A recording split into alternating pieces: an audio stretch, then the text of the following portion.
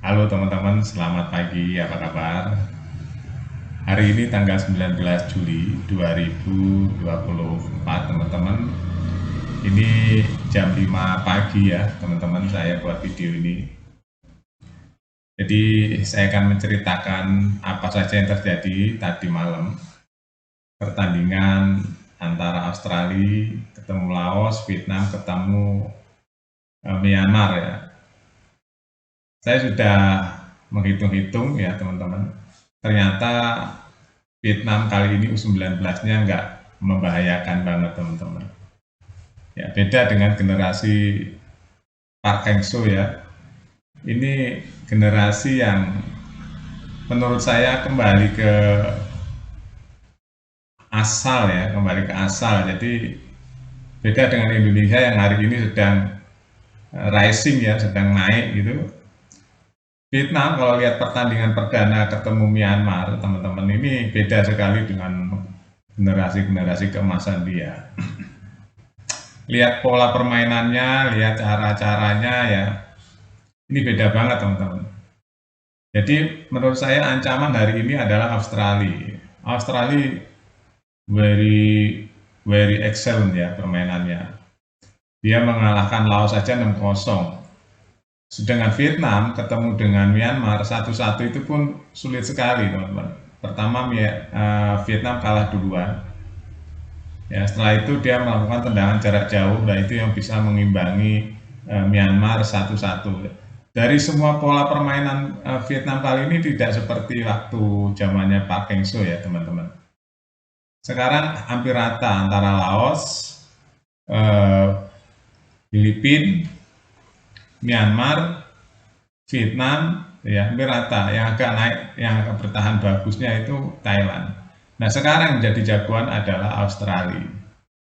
Nah, sedangkan Indonesia sekarang rising ya, pemainan materinya bagus-bagus. Nah, sekarang musuhnya tinggal Australia, Indonesia nih, teman-teman, sepertinya ya. Kalau sejauh ini, karena Thailand belum main, Thailand main hari ini. Dipertandingkan dua dua dua pasang ini ya, antara Australia ketemu Laos. Australia sangat mendominasi sekali, teman-teman, dari fisiknya ya. Dari fisiknya, dari pola pola permainannya, terus skill individunya ya, misi permainannya, itu kelihatan sekali Australia itu teratur. Nah, terus sedangkan Vietnam sama Myanmar ini belum teratur tuh, pola permainannya, visi misi bermainnya. Jadi dia masih on the spot ya, yang terjadi di lapangan. Jadi aturannya tuh nggak kelihatan di situ. Ini yang kalau menurut saya grafik Vietnam itu turun dibanding dengan saat-saat pelatihnya Pak Heng-seo.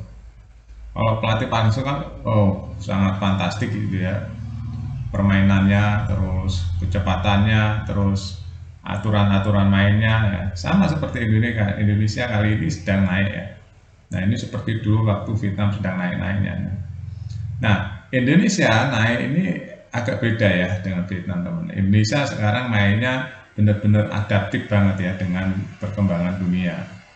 Kita lihat tim Indonesia senior ya, itu adaptif dengan apa yang terjadi di dunia kali ini, teman-teman.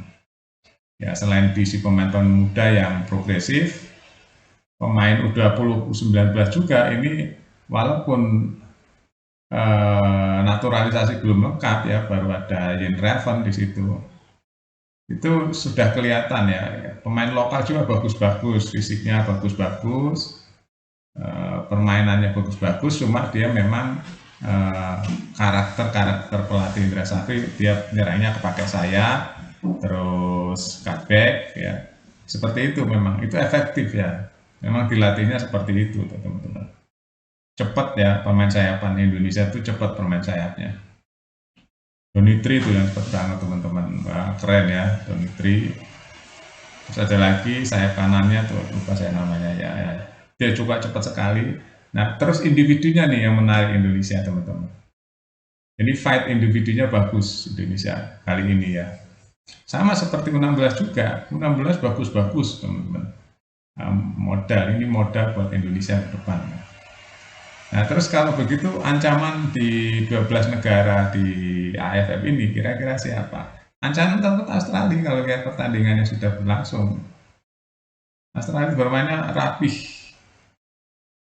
ya, rapih. Ya, fisiknya juga terjaga bagus, skillnya juga bagus, pola permainannya bagus, teratur, terarah gitu ya. Tetap Australia. Jadi ini polanya kalau analisa saya ya teman-teman ya. Ini polanya mirip U16 ya. Ini bisa jangan-jangan juaranya nanti Australia kalau Indonesia tidak bisa menerobos mengalahkan Australia. Ini sepertinya juaranya akan Australia. Kalau lihat materi 2 hari pertandingan ini ya, ini Australia sangat dominasi, terus Indonesia ya dominasi juga.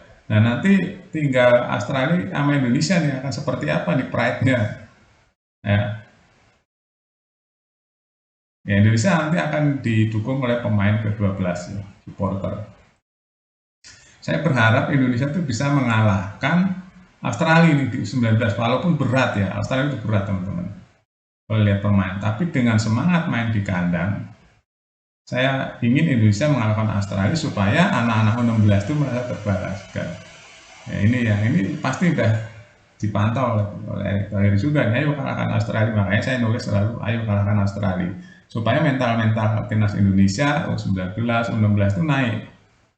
Ya, misalnya U23 udah bisa ngalahin Australia kan, yang selama ini sulit sekali ngalahin Australia, ngalahin Korea Selatan, selama ini sulit sekali teman-teman. Dan itu udah dilakukan oleh U23.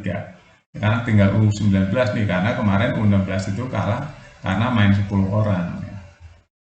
Itu imbang sebenarnya, karena main 10 orang, jadi tekan sekali ke Indonesia.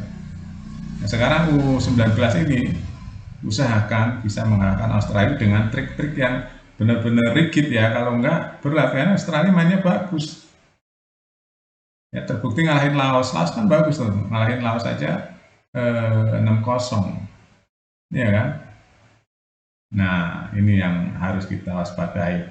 Pemainnya juga lebih besar dari Indonesia sedikit ya, Australia ini teman-teman. U19-nya Indonesia itu tinggi-tinggi juga, tapi Australia lebih tinggi lagi, lebih besar-besar fisiknya. Itu aja teman-teman berita di pagi hari ini ya. Mudah-mudahan Indonesia bisa lebih baik lagi dan bisa menjadi leader di Asia Tenggara. Indonesia sebenarnya nggak ada Australia, sekarang udah jadi leader di Asia Tenggara ya. Tapi karena ada Australia masuk, nah Indonesia persaingan ketatnya sekarang dengan Australia. Oke, kita update lagi nanti. Sampai jumpa.